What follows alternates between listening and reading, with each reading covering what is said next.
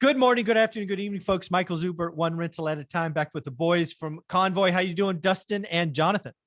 Good, good. How are you?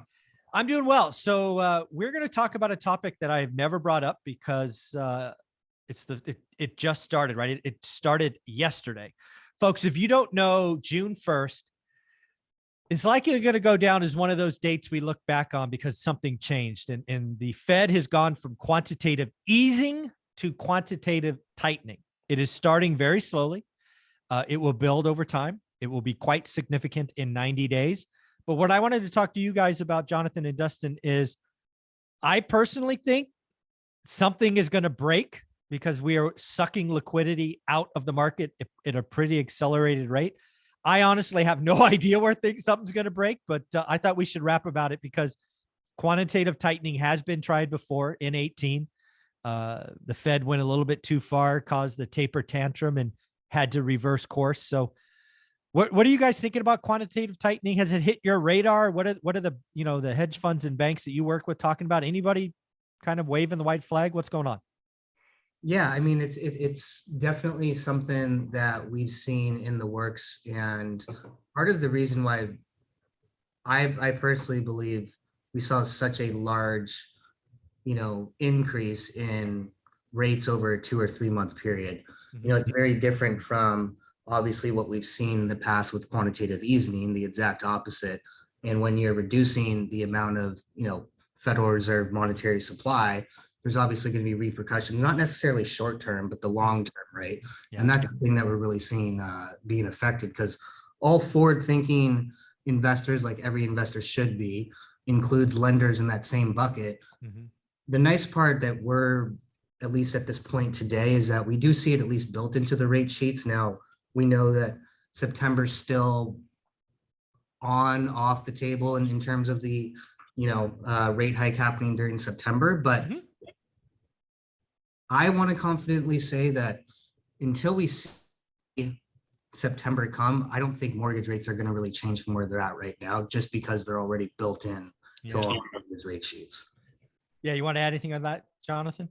Yeah, I mean, for the last month, we've kind of seen more of a bouncing in between two lines for rates, right? Yeah. So like Dustin was saying, in terms of pricing it in, I feel like everyone kind of saw something like this coming, and it's not something that it didn't shock the market, right? Well, at least on our side, it didn't shock our market. We were well within the range. We have two lines. Everyone's just, the rates are just bouncing in between those two lines. And everyone's in this kind of the same boat right now. There's not one lender, even like the big banks, because I have a lot of friends in the private client industry, and they're like, hey, these are my rates right now. And I'm like, hey, I mean, we're not that far off anymore. Yeah. Guys, so it's like, it's not just us. Now the banks are starting to find out, hey, we got to stay within this range too. So I think a lot of it is going to maintain like this, like Dustin said. And, that's our kind of viewpoint, is who knows what will happen, but we'll probably stay in the same boat. And, hopefully we get a little bit of breathing room to be able to, kind of make transactions happening. But I mean, who knows? I don't think so. Yeah, I think, again, one of the things, right, I've been studying the economy for over 3 decades now. And I think, and I've said this about Jerome Powell before and his current batch of Fed cronies, they've definitely adopted the strategy of tell the market what's coming and then deliver what is coming. So what I mean by that is the reason you saw the 30-year mortgage rate, right, traditional bank lending jump so fast is banks react fast. And frankly, they reacted so fast, they've already started to dent the housing market, right? Transactions are down, inventory's up. We'll talk about more of these in video 2 and 3. But investors, this is a good time, right? That fast jump took 30% of first-time buyers out of the market, right? They don't qualify anymore. But we have more sellers that want to sell because now they have fear of missing out. So it's a really interesting equilibrium change. We've gone from the, I don't know, worst or best, depending on what shoe you have, seller's market, to a more balanced market. And if rates stay where they are or continue higher later in the year, it'll become an even more and more of a buyer's market, which is something I don't think I would have predicted last year. So it's pretty interesting. But back to QT specifically.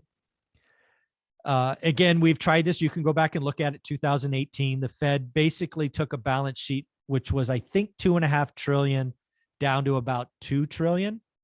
We are currently at 8.2, and they're going to take it down faster, right? It's 4 times as big. But the market didn't like it at some point. It sucked so much liquidity out of it. We saw overnight lending rates shoot to 10%. This is what I mean by QT is it's been done before, but it can lead to nasty surprises. We could see junk bonds explode. It's just this big, huge vacuum sucking out liquidity now. And I fear sometime between now and next year, something's going to break. I just don't know where it's at. Do you guys remember 18 at all?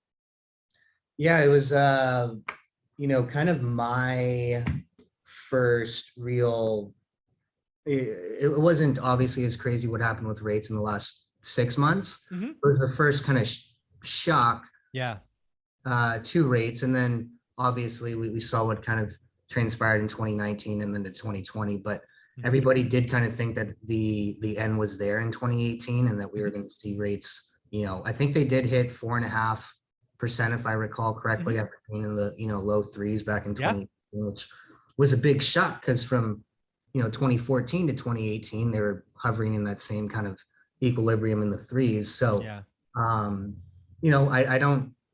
can't predict the future. But I do agree in your lines that something's going to break. And I don't know if it's, Q1, Q2, but I think 2023 is a pretty good bet if you're going to place when it might break.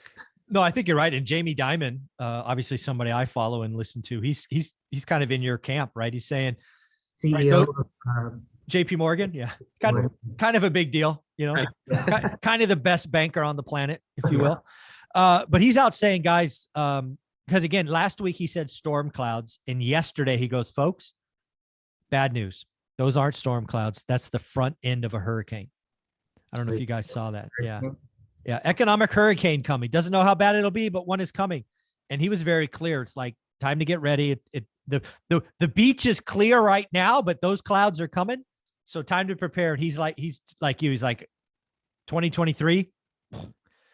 Be careful, right? Build your balance sheet, manage. And again, the reason this is all important in QT, quantitative tightening, is interesting, is so much of our economy is on debt, right? We talk about real estate, but again, I don't think it blows up in real estate. I think it's in, zombie companies. I think there are so many companies that either go bankrupt, go to zero, or are forced sellers because they can't raise debt anymore. I think that is an area like SPACs. 25 SPACs over the last 30 days have issued going concerns.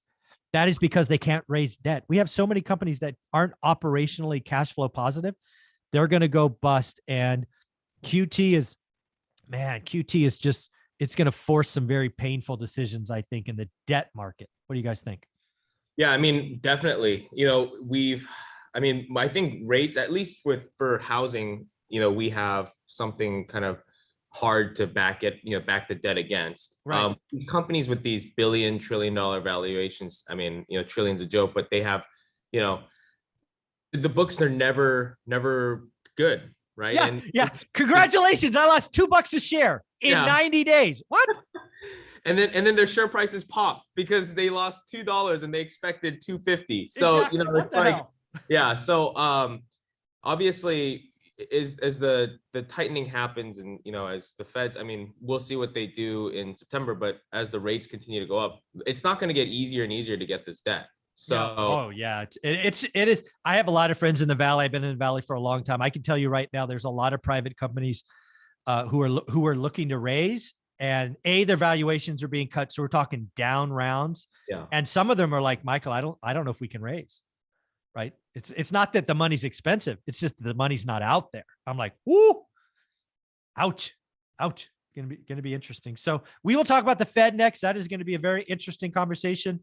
But before we do, we have a lot of investors here who should be getting excited about the market, who should be writing better and better deals, because that's what I'm doing, right? I've changed my strategy. We're only writing great offers. And if they wanted to reach out to you, maybe for 40-year debt or something else, how would you want them to do that? Email privateclient@convoyhomeloans.com or go to our website and fill out our web form. Let us know that you're from ORAT though, so we know how to, You know? Yeah, one rental at a time fans get Dustin or Jonathan. Everybody else goes somewhere else, but my fans go to these two guys. So thanks, guys. I appreciate you. Thank you.